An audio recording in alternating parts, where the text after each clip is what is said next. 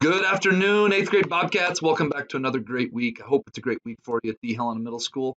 On today's Bob lesson, I had a chance to sit down with one of the counselors at Helena High, Mr. Mergel, and talk specifically about the importance of eighth grade academics in terms of readiness for ninth grade at Helena High. I promise you one thing, this next year will go very fast. And it's not even a year, it's more like 330 days that are going to go by super quick, and you're going to be in high school here before you know it. And being prepared for high school is the utmost most importance. I see a lot, and we'll kind of go down this little avenue for a couple of weeks of eighth graders sometimes wanting to take their foot off the gas, slam on the brakes a little bit, kind of get a little bit lazy, get a little bit complacent. And I had a chance to sit down with talk with Mr. Mergel about why it's so important that eighth graders finish middle school strong so they're academically prepared for high school. Let's rock and roll in this Bob lesson. This week's Bob lesson is titled The Importance of Eighth Grade Academics. But first, let's be our best this week at HMS. Let's be Bob.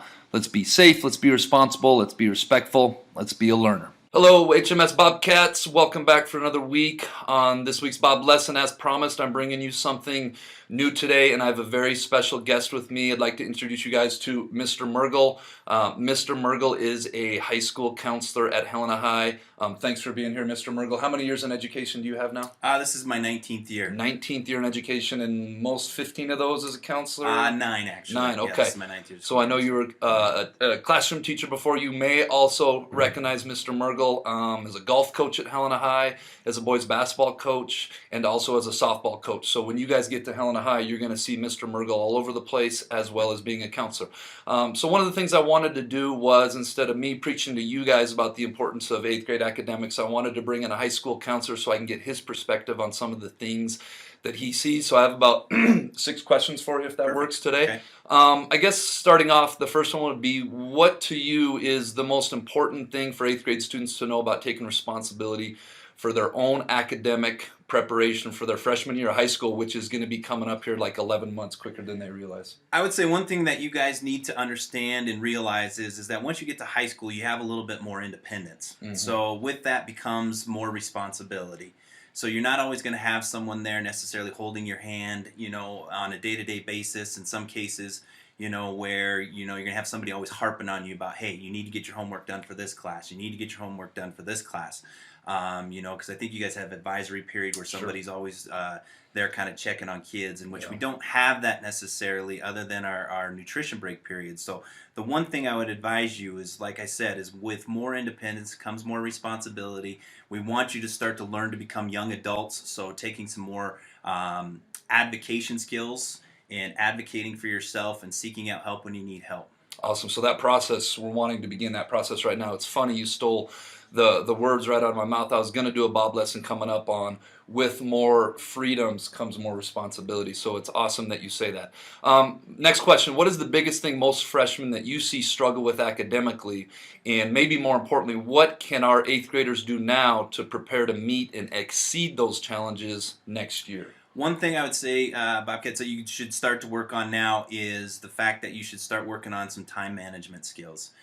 From a classroom teacher to now as a counselor, when I was in the classroom for 10 years, what I saw more kids struggle with than anything is homework completion.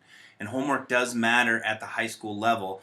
And it's one of the biggest things that I saw students, one of the reasons why students failed more than anything. It wasn't because they failed tests and quizzes, it was because they failed to turn in homework, which is that practice for tests and quizzes. So it's very, very important that you put an emphasis on homework and then finding that time management piece to carve out in your day. Sure. So much of it is 3 components. Show up to school every day. Correct. Turn in your schoolwork. Correct. And then just be Bob. Be respectful, be responsible, be safe, be a learner. Awesome. Yeah. Next question. What would you say to 8th graders who don't think 8th grade academics matter and are looking to take a year off? Sometimes that's something I hear from 8th graders, like, I'm tired, I'm taking this year off, I'm going to get back after it when I'm a freshman. What would you say to maybe an 8th grader that is starting to take on that thought process? Well, it's one of those things, like I always tell kids, I'll use an example of an academic curricular area. So kids obviously sometimes will say their senior year, for example, they're going to say, I'm not going to take math this year, I'm taking a year off from math. Well, math is one of those things, if you don't use it, you lose it. And I think it's the same kind of thing in any kind of academics. If you're going to take your 8th grade year off, you're going to lose all those good study habits. And then you're going to have to break into those study habits again the following year as a freshman. So everything is a building block upon itself. So when it comes time for your math class, your English class, you're learning all those necessary skills that are going to be helpful for you once you get to high school. Fantastic.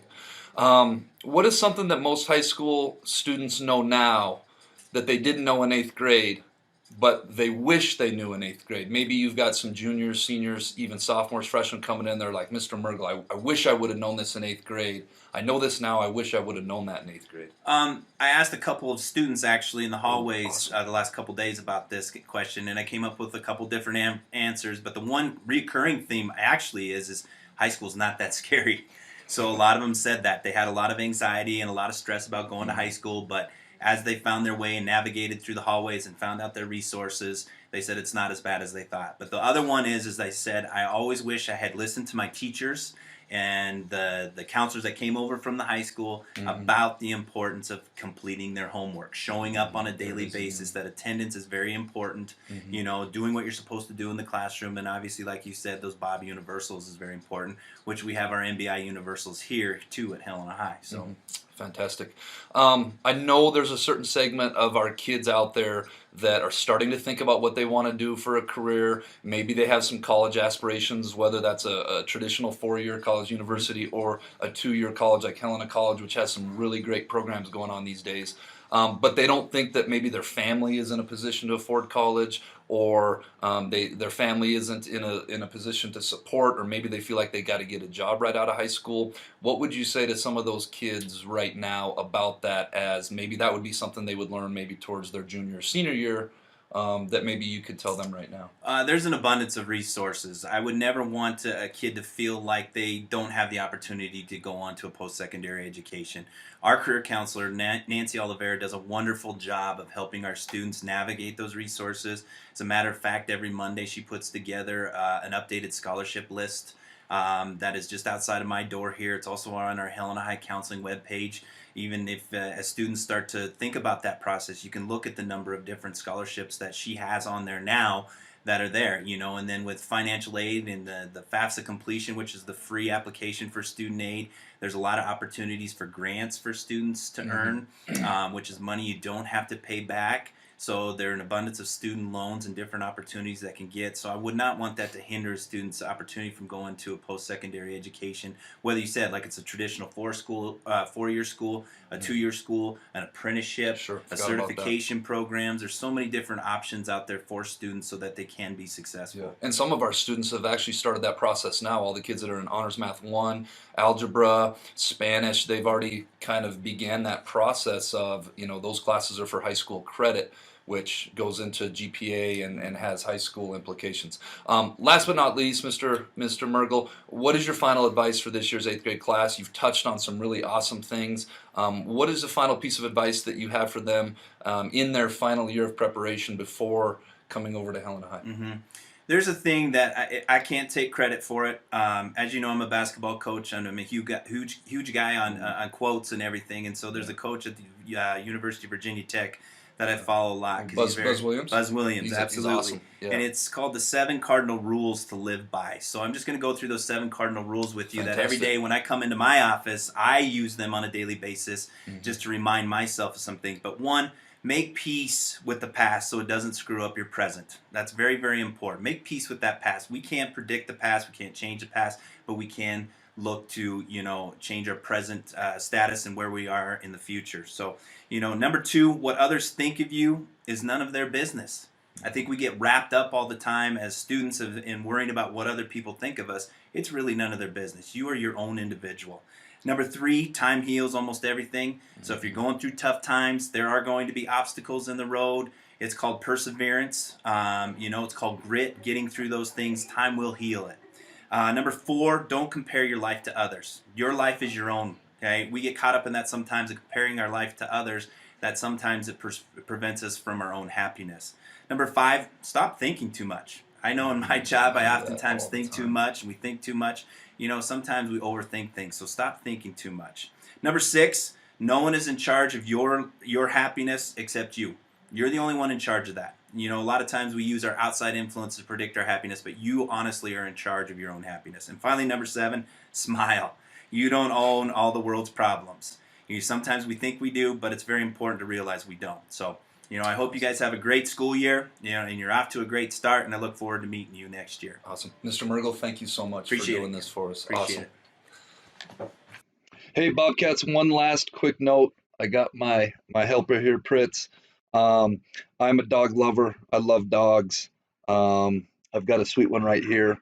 And we are having more and more students with their service dogs in our building, which I think is awesome. Service dogs help some of our students be their best. And it's really important that we know, as much as we love our dogs and petting dogs and playing with them and maybe giving them treats, it's really important that when we have students with service dogs in the building, that we respect that the dogs need to be left alone. They're working, they don't need petted, and they don't need treats, and we need to respect them and their handlers or their students. And so that's something that's kind of new in our building, but it's something that I think is going to continue. And so I just wanted to put a quick note on that. Make a great week, everybody. All right, that brings us to this week's Jelly Bean Question of the Week winners. Marley Fox, Audrey Knox, Talia Demirs, Rose Ellis, and Tyson Schulte. The answer to last week's Jelly Bean Question of the Week was yesterday, today, and tomorrow, using 3 consecutive days without using Sunday, Tuesday, and Thursday. All right, this week's Jelly Bean Question of the Week, using 8 eights, that means the number 8, 8 times, write an equation that adds up to 1,000. So an example would be, here I use the number 8 3 times, and this equals 72. I need an equation using 8 eighths that adds up to 1,000. If you think you know, submit your answer to the Bob box. Tune in next week to see if you're a winner. All right, Bobcats, let's go make it a great week at the Helena Middle School.